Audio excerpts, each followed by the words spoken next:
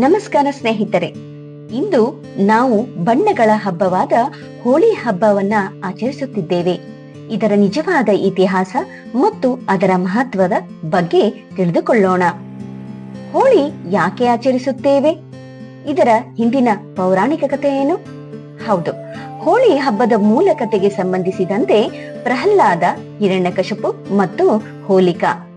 ಹಿರಣ್ಯಕಶಿಪು ತನ್ನನ್ನೇ ದೇವರೆಂದು ಪೂಜಿಸಲು ದೇವತೆಗಳಿಗೆ ಹೇಳಿದನು. ಆದರೆ ಅವನ ಮಗ ಪ್ರಹ್ಲಾದನು ಭಗವಾನ್ ವಿಷ್ಣುವಿನ ಭಕ್ತನಾಗಿದ್ದ. ಕೋಪಗೊಂಡ ಹಿರಣ್ಯಕಶಿಪು ತನ್ನ ಸಹೋದರಿ ಹೋಲಿಕಾಳ ಸಹಾಯದಿಂದ ಪ್ರಹ್ಲಾದನನ್ನು ಬೆಂಕಿಯಲ್ಲಿ ಸುಡಲು ಯತ್ನಿಸಿದನು. ಆದರೆ ದೇವರ ಕೃಪೆಯಿಂದ ಪ್ರಹ್ಲಾದನು ಉಳಿದನು ಮತ್ತು ಹೋಲಿಕಾ ಬೆಂಕಿಯಲ್ಲಿ ದಹನಗೊಂಡಳು. ಈ ಘಟನೆ ನೆನಪಿಗಾಗಿ ಹೋಳಿ ಹಬ್ಬದ ಮುನ್ನಾ ದಿನ ಹೋಲಿಕಾ ದಹನ ಆಚರಿಸಲಾಗುತ್ತದೆ. ಅಂದರೆ ಇದರ ಅರ್ಥ ಇದು ಒಳ್ಳೆಯ ದಿನ, ಜಯ, ಕೆಟ್ಟ ದಿನ, ಸೋಲು ಎಂಬ ಸಂದೇಶವನ್ನು ನೀಡುತ್ತದೆ. ಇನ್ನೊಂದು ಪುರಾಣದ ಕಥೆ ಏನೆಂದರೆ, ಹೋಳಿಗೆ ಸಂಬಂಧಿಸಿದಂತೆ ಪ್ರಸಿದ್ಧ ಕಥೆ ಕೃಷ್ಣ ಮತ್ತು ರಾಧೆ. ಕೃಷ್ಣನು ರಾಧೆಯ ಮುಖಕ್ಕೆ ಬಣ್ಣ ಹಚ್ಚಿದನು. ಅಂದಿನಿಂದಲೇ ಬಣ್ಣಗಳಿಂದ ಆಟವಾಡುವ ಪದ್ಧತಿ ಆರಂಭವಾಯಿತು ಎಂದು ನಂಬಲಾಗಿದೆ. ಈ ಹಬ್ಬ ವಿಶೇಷವಾಗಿ ಆಚರಿಸುವ ಸ್ಥಳಗಳು ಮಥುರಾ ಮತ್ತು ಬೃಂದಾವನ.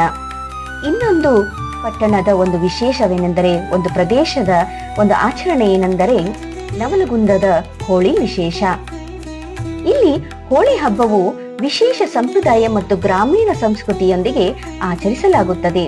ಇದು ಕೇವಲ ಹಬ್ಬಗಳ ಒಂದು ಬಣ್ಣಗಳ ಹಬ್ಬವಲ್ಲ, ಒಂದು ಸಾಂಸ್ಕೃತಿಕ ಉತ್ಸವ ಎಂದು ಕೂಡ ಕರೆಯಲಾಗಿದೆ.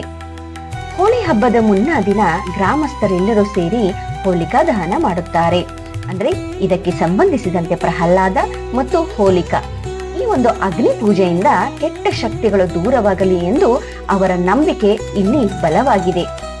ನವಲಗುಂದದಲ್ಲಿ ಹೋಳಿ ಆಚರಣೆಗೆ ವಿಶೇಷವಾಗಿರುವ ಕಾರಣಗಳೇನೆಂದರೆ, ಗ್ರಾಮಸ್ಥರೆಲ್ಲರೂ ಒಟ್ಟಾಗಿ ಭಾಗವಹಿಸುವುದು, ಡೊಳ್ಳು ತಾಳಗಳೊಂದಿಗೆ ಮೆರವಣಿಗೆ ಮಾಡುವರು, ಯುವಕರು ಬಣ್ಣಗಳ ಸಂಭ್ರಮ ಪಡುವರು, ಹಿರಿಯರು ಆಶೀರ್ವಾದ ನೀಡುವುದು, ಮನೆ ಮನೆಗೆ ಭೇಟಿ ನೀಡಿ ಶುಭಾಶಯ ವಿನಿಮಯ ಮಾಡುವರು. ಹಳ್ಳಿಯ ಸಂಸ್ಕೃತಿ ಮತ್ತು ಒಗ್ಗಟ್ಟಿನ ಭಾವನೆ ಇಲ್ಲಿ ಸ್ಪಷ್ಟವಾಗಿ ಕಾಣಿಸುತ್ತದೆ. ಕಾಮನ ಹಬ್ಬ ಅಂದರೆ ಕೆಲವು ಪ್ರದೇಶಗಳಲ್ಲಿ ಹೋಳಿಯನ್ನು ಕಾಮನ ಹಬ್ಬ ಎಂದು ಕರೆಯುತ್ತಾರೆ. ಇದಕ್ಕೆ ಸಂಬಂಧಿಸಿದಂತೆ ಕಾಮದೇವ ಶಿವ, ಅಂದರೆ ಪುರಾಣದ ಪ್ರಕಾರ ಕಾಮದೇವನು ಶಿವನ ಧ್ಯಾನ ಭಂಗ ಮಾಡಲು ಯತ್ನಿಸಿದಾಗ ಶಿವನ ಕೋಪದಿಂದ ಅವನನ್ನು ದಹನ ಮಾಡಿದನು. ಹಾಗಾಗಿ ಹೋಳಿ ಹಬ್ಬದ ಈ ಒಂದು ವಿಶೇಷತೆ, ಬಣ್ಣಗಳ ಹಬ್ಬ, ಒಂದು ಕೆಟ್ಟದ ದಿನ ಕಳೆದು ಹೋಗುವ ಹಬ್ಬ ಎಂದು ಕೂಡ ಆಚರಿಸಲಾಗುತ್ತದೆ. ಏಕೆಂದರೆ ಒಳ್ಳೆಯ ದಿನಕ್ಕೆ ಜಯ, ಪ್ರೀತಿ ಮತ್ತು ಏಕತೆಯನ್ನ ತುಂಬಿಕೊಳ್ಳುವುದು, ಹಳೆಯ ವೈಷಮ್ಯವನ್ನು ಮರೆತು ಹೊಸಕ್ಕೆ ಪ್ರಾರಂಭವನ್ನ ಕೊಡುವುದು. ಹಾಗಾಗಿ ಈ ಒಂದು ವಿಡಿಯೋ ನಿಮ್ಗೆ ಇಷ್ಟವಾದರೆ ಲೈಕ್ ಮಾಡಿ, ಶೇರ್ ಮಾಡಿ, ಕಮೆಂಟ್ ಮಾಡಿ ಮತ್ತು ಸಬ್ಸ್ಕ್ರೈಬ್ ಮಾಡೋದನ್ನ ಮರಿಬೇಡಿ.